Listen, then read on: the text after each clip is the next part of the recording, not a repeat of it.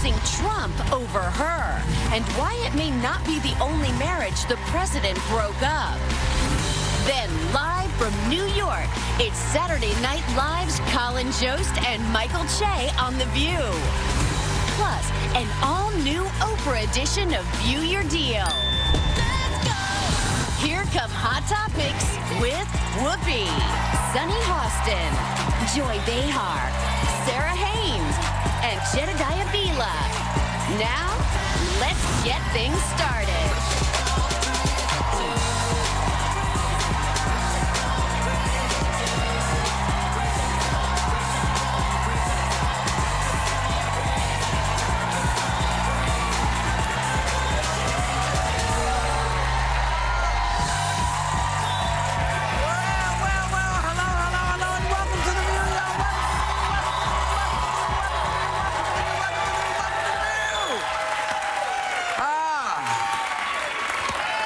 Telling you, it doesn't matter what we do on Fridays. It happens every damn Friday like clockwork at precisely 11:59 a.m.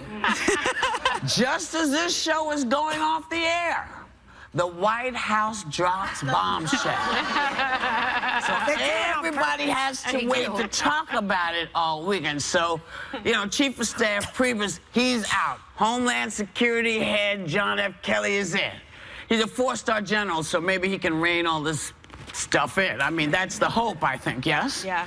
I was even starting to question whether the rumors were true about Reince and everyone else, because I thought they're just feeding us more lies to distract us, and then that comes out, and I was like, I don't even know what to believe anymore. Yeah. Like, it's all the infighting and the Trump likes fighting. He loves he's talking violence all the time. He likes people who fight. He's ticked off at Priebus because he didn't fight with the Mooch. All that is going on. You know? He likes do like a Fight Club audition. Like, didn't he have a wrestling match that we saw? I mean, except when it comes to actual fighting, like a war, he has bone spurs. Yeah. But other than that, he loves a fight. But it's so chaotic at the White House now, and I wonder if Kelly can really rein everyone in. I mean, anyone that knows folks that are in the military or have served, they tend to be very rules-oriented and kind of rigid. Right. But the president is not that person. He's not rules-oriented.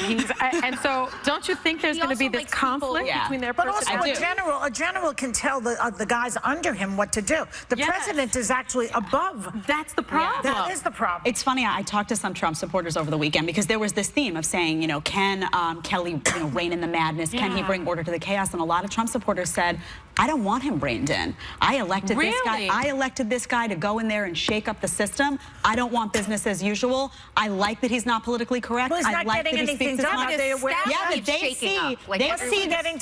see the impediment being the people who are resistant to the change that he has brought in. And you have to, I do understand the perspective a little bit. Constitution and stuff? No, I mean, they feel that, they feel that politics, the people I spoke to feel that politics as usual went on for a really long time, and they didn't feel represented. And now you have someone in there that is willing to upset people, and a lot of them feel pretty good about that. And they say, I don't want him reined in. I want him to get out there and be tough. All he does is cause chaos in the household without cleaning the house. Yeah. So what's the point? Nobody's getting anything. Well, there was a good quote. James Baker, who held this position under two different presidents, said, offered some advice. You can focus on the chief, or you can focus on the of staff. Those who have focused on the of staff have done pretty well. Yeah. But he's doing this under a president that likes the people that focus on the chief. So I don't know how that's going to work out. And some people will report directly to the president, like Scaramucci reports directly to the president. I doubt that Ivanka and Jared are going to report to Kelly. They're going to report directly to the president. And so when you have all of these, report to the warden. but when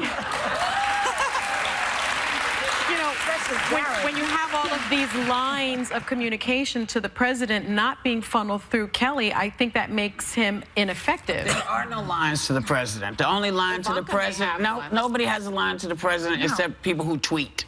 That's the only direct line to the president. Yeah, but, you know, the ones that don't are the ones that he's listening to. But, you know, it was also, you talked about Mooch earlier. Yeah. You know, it's reported that he and his wife, Mrs. Mooch, seem to have split up, and she filed for divorce when she was 9 months pregnant.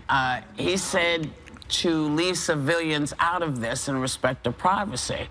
But apparently he said some nasty stuff, so are people going to be nice about this? Or are they going to give as well as he's given? Well, she doesn't deserve any kind of bad-mouthing. I mean, the girl's, hasn't she suffered enough being married to this guy? I think Leave her alone. I agree. I think you know, you never really know what's going on in a marriage. But if it's true that one of the problems was that she did not like his closeness to Trump, his desire to be in the administration, that shows a real rift, perhaps, of just their values, right? Because if you're married to someone and you have different values. But this seems to be a very recent shift for Mooch. I mean, so this might have come as a bit of a shock, because remember, like 20 minutes ago, he was like, yeah, I don't like the guy, and then That's true. 5 minutes ago, he was like, this is my best, I love him. Yeah, I love him. You know, She probably felt like, I wonder is there this value shift? Like, can I be married to someone who is saying one thing here and then all of a sudden is like the mouthpiece of the president that he said he didn't like? The thing is, you never really know what led to the split. And I always tell people, when you deal with politicians, for me, when people used to talk about Hillary Clinton and immediately go to her marriage, I would say, you're losing. Now you're losing, because that's personal. Make it about her policy. My issues with him are his inconsistency, his political inconsistency, Scaramucci, I mean.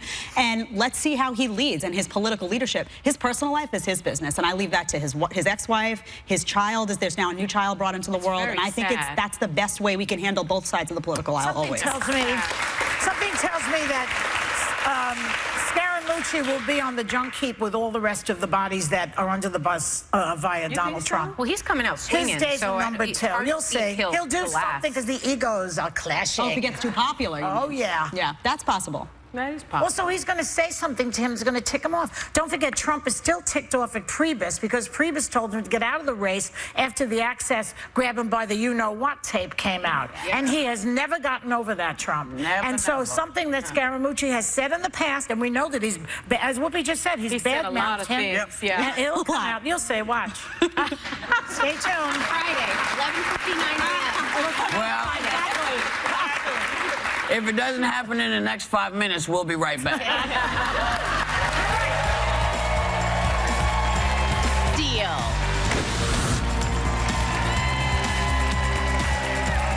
So, welcome back.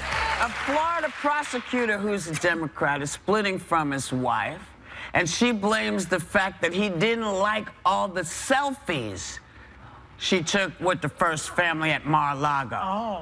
So I guess the question is, you know, can a marriage survive political differences? Well, he also, isn't he a Democratic operative? I mean, he's a political guy.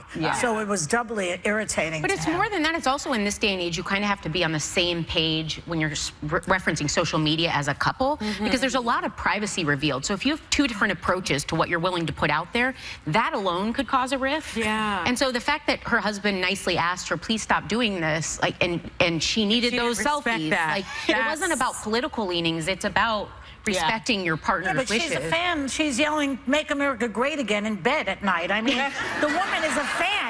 She loves Trump, just like Scaramucci. But they're all going down. That's a second layer to it, that's the other layer, right? That's because the other layer. If you're married, if your partner, you know, a lot of people, I think, perceive politics with core values. And so if your core values are a question in your relationship, then why that's did they a get huge married? Well, They didn't know it. They may not have known it. Questions they should have asked before It seems to me that would have been a ring moment. conversation. You've got to that be on would, the same hey, what do you think? What do you believe? She's been a fan for years, too. But I also think you really have to address, like, what you want to put out there. I completely agree. I mean, even on this show, you know, I share texts that Manny has sent me. We've seen them. I always ask first. I even ask my children, you know, can I talk about this, or would you mind if I post this? Sonny, because there's that respect. He now starts every text with, please don't share this on video. Like, please don't share this. You know It's what? true. I don't think that my mother said to my father as he was out the door on his way to Belmont Racetrack, "Are you a Republican or a Democrat?" I don't really think No, they didn't. that they had those conversations. No, but husbands and wives were expected to follow where their husbands led in those days. They were expected, if that's how he voted, that's how you're going to vote.